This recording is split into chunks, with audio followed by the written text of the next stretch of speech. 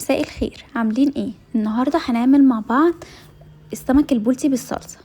هنحضر الاول الخلطه بتاعته، وعباره عن رز توم كده حلوه، وفلفل رومي بارد.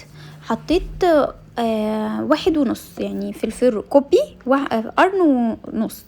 وحطيت قرن فلفل احمر وكمون، السمك بيحب الكمون، والملح. واهم حاجه ان انتي تظبطي الملح، عشان لو السمك طلع يعني ملح وناقص بيبقى وحش قوي. وحطيت شويه خل، وحطيت نص ليمونه، وهضرب بقى الخلطه دي كلها كويس قوي في الكبه. الخلطه دي هستخدمها في كل حاجه انا هعملها النهارده. الخلطه دي بجد طعمها حلو قوي، وهي اللي بتطعم الاكله. هنا بقى معايا السمك البلطي. هنا السمكيه عشان كبيره يعني نغستها كده نغزتين، وهحشي بقى الخلطه دي بطن السمكه وفي الفتحات اللي انا عملتها. هعمل بقى كده في كل الكميه اللي معايا. بجد الاكله دي كل الاسكندرانيه بيعشقوها، وهي بصراحه طعمها حلو قوي. هنعمل بقى السمك كله بنفس الطريقه. وبعدين هنا معايا الدقيق، ملحته ورشيت عليه ملح. يا جماعه السمك انا بعد ما حطيت له الخلطه رشيت عليه ملح وسبته. اهم حاجه تملحيه وتسيبيه. هنا بقى الدقيق، دخلي بقى الدقيق جوه بطن السمكه وفي الفتحات اللي احنا عملناها بالسكينه. يعني حطيه كده. في ناس بتجيب ميه وتغطسه في ميه وبعدين ترجع تحطه في الدقيق، بس انا بصراحه مش بحبه كده، يعني ما بحبش السمك كده. انتي لو عايزه القرمشه بتاعته تطلع عاليه قوي اعملي كده، لكن هو كده بصراحه بيبقى انا عن نفسي بحبه كده. لو انت عايزه القرمشه بتاعته تبقى عاليه سقطي، يعني حطي في الدقيق وبعدين سقطي في ميه ورجعي تاني حطيه في الدقيق.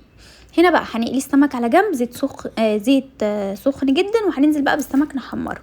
وبعدين تعالوا بقى نعمل الرز الصياديه. معايا هنا بصلايه كبيره، هنقطعها مكعبات صغيره، يعني قطعها صغير كده على قد ما تقدري. وهنفضل بقى، وطبعا حاطه زيت، هنفضل بقى نشوح في البصلايه دي لحد ما تاخد. انا عايزه اغمق البصلايه هنا، انا مش عايزه ادبلها، انا عايزاها تاخد لون غامق عشان ده اللي هيدي لون حلو للرز. مجرد ما البصله تاخد يعني توصل لنص اللون اللي انا عايزاه، هحط بقى او زي كده بالظبط، هنزل بقى بمعلقتين من الخلطه اللي احنا عملناهم للسمك، وهنشوحهم كويس قوي. عقبال ما التوم يستوي هيكون البصله اخدت اللون الحلو اللي انا عايزاه. بصوا بقى هنا السمك خلص، بصوا اصلا لونه بقى عامل ازاي. بصوا لونه بجد حلو قوي. هنقلب بقى هنا البصله اللي احنا بنعملها. الخلطه هنا خلاص كانت يعني ريحتها خلاص، التومه استوت وريحتها طلعت والبصل اخدت اللون الحلو اللي انا عايزاه. هنزل بقى بالرز وهقلبه كويس قوي، وبعدين هنزل بالملح، وهنزل بالميه السخنه. انا لما يعني بحب الرز هشوحه كويس قوي، وبعد كده انزل عليه بميه سخنه، وبغطيه بقى بالميه وبسيبه ياخد يعني الرز يشرب ميته، وبعد كده بهدي عليه وبغطيه وبسيبه بقى يستوي على مهله. اهو زي ما انتوا شايفين كده. هنزل اهو بالميه، انا هنا بقى بعاير بميه سخنه، الميه هنا معايا سخنه. بس كده هنا خلاص نعتبر ان احنا خلصنا الرز وبنقلي السمك. تعالوا بقى نعمل خلطه الصلصه. هنا نزلت بشويه من الزيت وولعت عليهم النار، وهاخد من الخلطه اللي انا عاملاها حوالي كده معلقتين كبار، وهنزل بالتومه والخلطه دي في الزيت. اسوي التوم وريحته تفحفح كده معايا وتطلع. وهنا بس اهم حاجه ما تحمرهوش، احنا عايزين بس يستوي وريحته تطلع.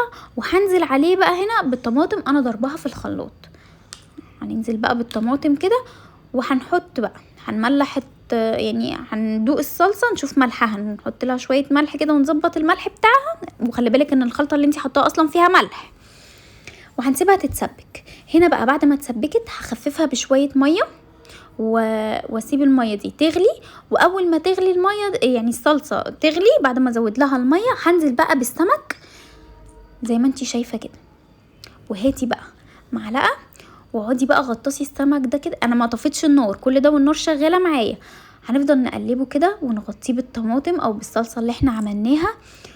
اول ما تحسي ان الصلصه الميه اللي احنا زودناها خلاص، السمك شرب من الصلصه والميه اللي احنا زودناها خلاص يعني اتبخرت، هنطفي بقى عليه كده يبقى تمام قوي. بس بصي انا بطلع كده صلصه بغطي السمك بيها كده. خلاص كده السمك خلص معايا وبقى تمام قوي. تعالوا بقى نعمل طحينه. الطحينه دي اللي احنا عاملينها في البيت، هنزل برضو بمعلقه كده من الخلطه اللي احنا عاملينها. بصوا الخلطه دي اتحطت في كل الاكل بتاع النهارده، وحطيت رشه من الملح، وهنحرك بقى كده بشويه ميه. انزلي كده حبه ميه بحبه ميه، وطبعا الميه عشان تظبطي يعني انت بقى حباها بقى تقيله قوي، حباها خفيفه، حباها وسط، اعمليها بقى زي القوام بتاعها زي ما انت حابه. ونقلبها وقلبتها كده كويس قوي. اسهل طريقه يعني سلطه الطحينه بالخلطه، وظبطنا ملحها وخلاص. على كده كده خلاص الطحينه اتظبطت معايا. هنا بقى هحط على وشها كده رشه زيت، رشه من الزيت يعني منظر كده وشكل، تدي شكل حلو اهو، رشه زيت كده. وكده الطحينه كمان خلصت معانا. بصي بقى ده اهو صينيه السمك بالصلصه، بجد طعمه وريحته رهيبه، والطحينه والرز.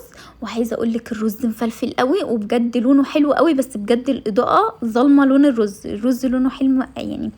الكاميرا مطلعاه فاتح، لا هو اغمق من كده. بجد اكله حلوه قوي، وكل الاسكندرانيه بيعشقوها.